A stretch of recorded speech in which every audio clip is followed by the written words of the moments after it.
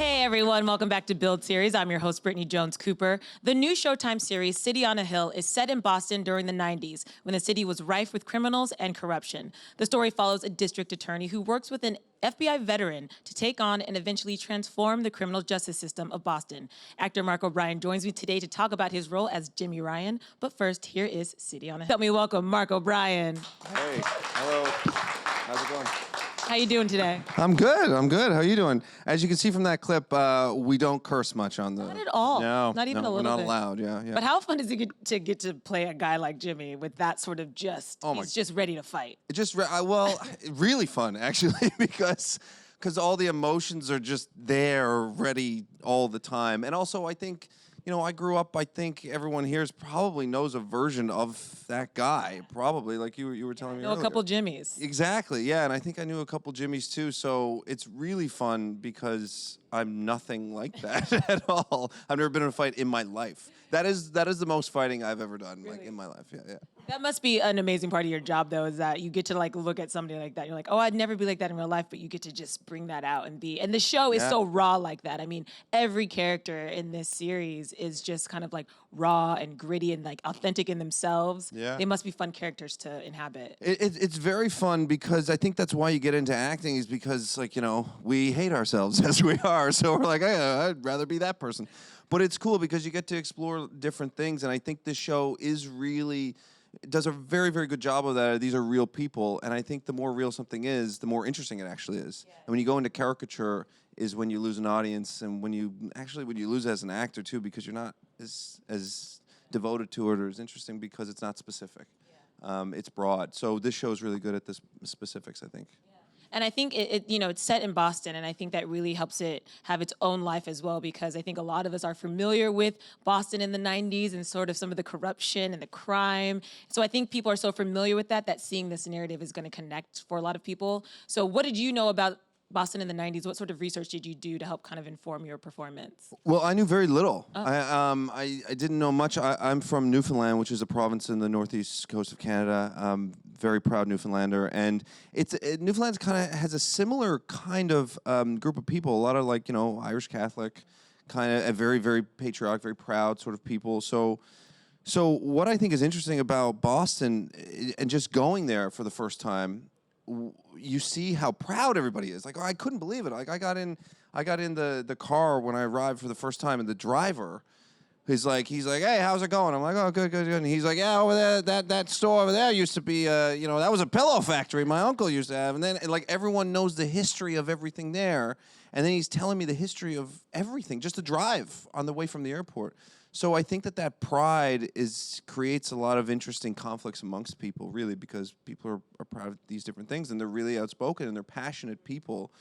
And I think there's just a general interest in Boston. I grew up in Newfoundland, and I was I always wanted to go there. And and you see it with the fans, the sports fans there and stuff. There's just something interesting about that city. And I think this story is very real. And I think, past Boston stories have obviously garnered a lot of interest. The Departed Town, Gone Baby Gone, Mystic River, on and on. And this is kind of it's reminiscent of that, but it's also very reminiscent of 70s crime. Kevin Bacon actually mentioned once Sidney Lumet movies and stuff like that. And it reminds me of Mikey and Nicky, which is this great movie made in the 70s. These kind of hard crime, real stories that pull no punches.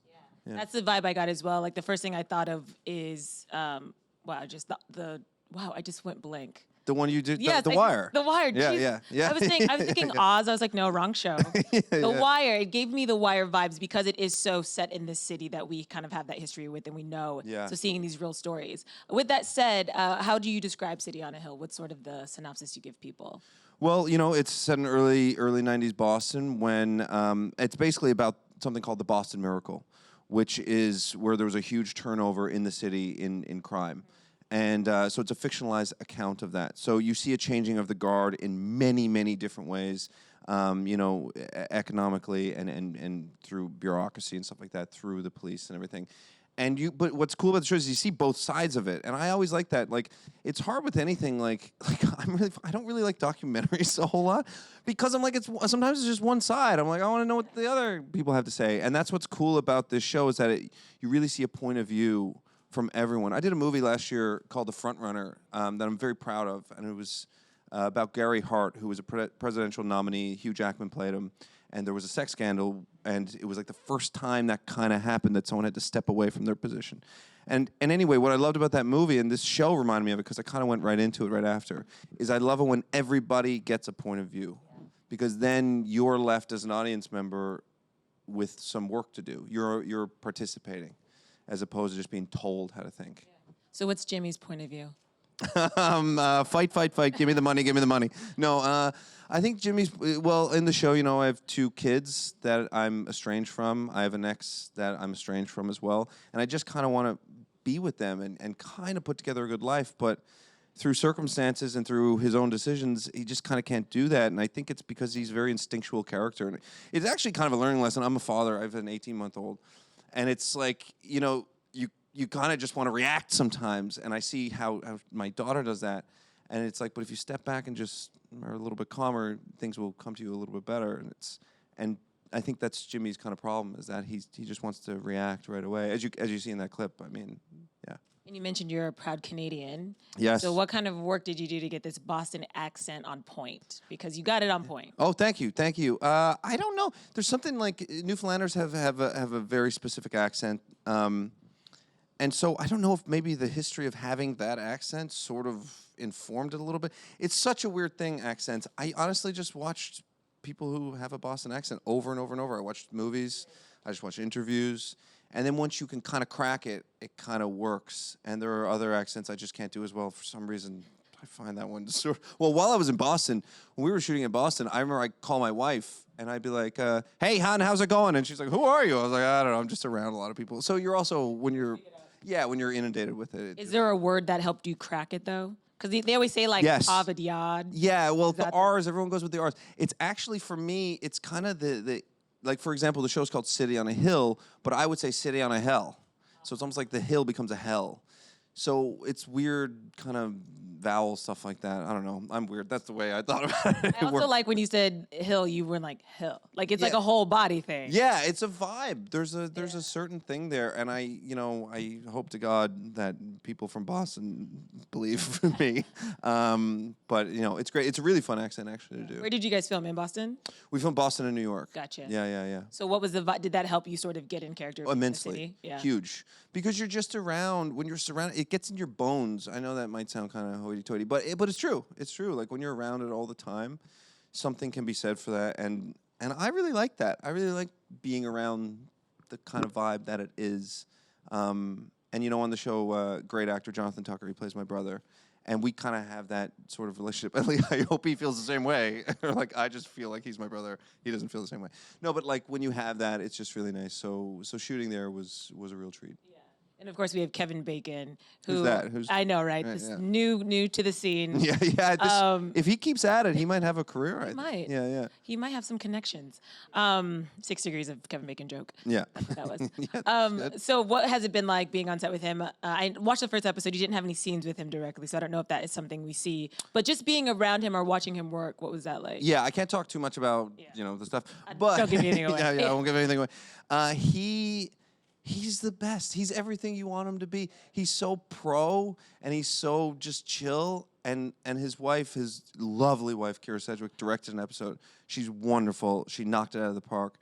And like she's always like, "Hey, honey," and he's just like, "Hey, yeah, what's up?" Like he's just always cool. Like I'd love to be as cool as he is. And he's a great actor and does it very effortlessly. Like I wish I had something juicy to say, but he's just so cool. Exactly what I want to hear. Yeah, about exactly. Kevin Bacon, that he is just so cool. He's the best. That's how you imagine. And he's a great musician too, and he's funny and he's sweet. He's great. I mean, everybody in this industry, I feel like, has so many hidden talents. I actually read that you've directed a couple short films. Oh yeah. I've directed probably 10. Yeah. 10 short films. It's hard. It's hard when you're a busy actor. No, but like I'm trying to make a few features, but it's like you got to kind of block off the time and stuff like that, and get the money and all those things. But no, I directed some television back in Canada, a show I was on, and a lot of shorts and stuff like that. I love it. I really like that. I think it's all kind of connected. And I think the more you can do one thing, the more it informs the other as well. You can understand, if you direct, you can understand where actors are coming from a bit more, and vice versa. And I just love it all. Did you come in originally wanting to act or direct, or what? I wanted to direct. When I was like 18, I was like, I just want to be a director, and I didn't get into film school, so I was like, what am I going to do? And then I actually hosted a kid show for a while, and then that kind of helped me break down any inhibitions I would ever have. And then I just started acting more and more, but I always wanted to write and direct and stuff. But it's just finding the balance and all those things. But I love it. It's like I said, it's all like part of the whole. I just love movies and TV. It's great. What was this kids show?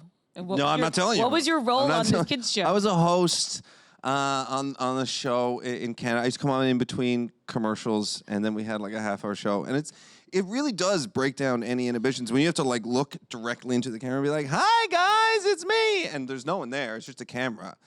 But it was sweet too because kids would come up to you, and actually, I think the parents were more excited to meet me than the kids sometimes. Yeah, because they're used to seeing you so much. Like, it was cool. So what was your first big acting role? The first, well, like I said, I started working in Canada. I moved to the States 5 years ago. So I did a mini series called Above and Beyond, which was about World War II. And it was pretty cool. Like, it was like a pretty big thing. It was like $10 million mini series, and I didn't know what I was doing. I was 19 or 20. And I don't know, I lied my way through it somehow. And then I moved to the States, and it was funny. It was like right after I moved to the States, I did a show called Halt and Catch Fire, which it's like it has this kind of following of people who like love that show. If you've seen it, you love it. And it was a huge honor to be on that show. I love that. So that was my first like American thing. And after you have a couple of projects under your belt, what is it that you look for in a script, or what is it that jumps out that makes you really want to be a part of a project? That's a great question. Wanting to see it myself, being like, I want to see this. I did a movie last year, an independent film with a friend of mine I've known for years. And when I read it, I was picturing the trailer, and I was picturing me not being in it, and I was like, I hate that other guy who would have the role. So I think it's like when you're like, I need to do it, and I don't want anyone else to do it, and it's a page turner, and then it's the people. Actually, it's kind of funny. A lot of things matter. It matters on where you're shooting. Like, I have a family. It's like all those things come into play. But if the script is so good, I shouldn't say this on television, but even if I don't get paid much, and and I'm gonna be away for a long time in the middle of the woods, you got to do it. So that's always number one. But isn't that the point? That you would feel so passionate about it. That you're like, yes, I'm going to do this for 6 months, and it's going to be a pain, but like, look at what I get to create. Exactly. And like, look at who I get to work with. And like, that's what it's all about. Like, I feel so like lucky to be able to do something. I used to do this as a kid. Me and my buddies would make movies with our parents' video cameras and edit all weekend. Like, so to be able to do it like all the time is just great. Yeah. And on that note, you have a film coming out called Ready or Not? Yeah, Ready or Not. Yeah, it comes out August 23rd. It's a Fox Searchlight film. It's really cool. It's really finds a very good balance between humor and kind of dark like thriller horror vibes. Myself and Samara Weaving, Adam Brody, and Annie McDowell star, and I marry Samara Weaving off the top, and I bring her into my family, and things get weird. Family's weird. Yeah, my family's weird. That's all I can say. An eccentric family, one might say. Yes, one might say that. Many might say that after seeing the movie. But no, it was really cool. Great people to work with, and everyone was just lovely. Yeah, it was great. It's gonna be really cool. I think people are really gonna like it. I saw it and I was like, whoa. You said end of summer, August. August 23rd. Yeah. Right, we've got that to look forward to. Yeah. Well, before we go, we do have a couple of questions. Sure. Who do we have first? Hi, Mark. Hey. So you mentioned acting as sort of an escape from yourself. I was wondering if there's a specific characteristic that you're drawn to, or do you just like doing something different, or is it the story that draws you more? I think the story is kind of the first sort of thing. Like if it's a script about this really interesting character who builds a chair, I might not want to do it. You know what I mean? So it's like it has to be a pretty good story. And then I think outside of that, I do think it's like a character who has a really clear kind of goal, and then some sort of internal conflict along the way. I really like there to be things difficult for a character. That's what you want. It's so funny because you want the opposite in life, but in a character you're like, I want things to be very difficult towards them getting something. And all good writing will just have that naturally, but a lot of other writing doesn't. So good characters, not about chairs. And one more. Hi, I was wondering what type of roles you like playing the best, like horror or something more like historical with Boston. That's a good question. I think, like, actually, we're talking about that movie, and Ready or Not and City on a Hill, completely different characters, like literally opposite ends of the spectrum. I think I don't have a preference as long as it's clear. As long as it's clear what the story is and what the character is trying to do, it really doesn't matter. I think a lot of actors would probably say that it's like, what is it interesting? Is it interesting? Is it something that I'm gonna be? Because you have long days. It's 15-hour days, sometimes 20-hour days. So it has to be something that you are getting some sort of vibes from that can keep you going and wanting to do it. Like City on a Hill. Like City on a Hill, premiering June 16th on Showtime. Yeah, like I said, I got to check it out, and I did love how just rooted in reality it was, how dynamic the performances were. So I think people are really going to respond well. So congratulations. Thanks so much. Thanks for having And me. if you guys want to check it out, City on the Hill premieres on Showtime on Sunday, June 16th at 9 p.m. Eastern. Put your hands together for Mark O'Brien. Thank you very much. Thanks.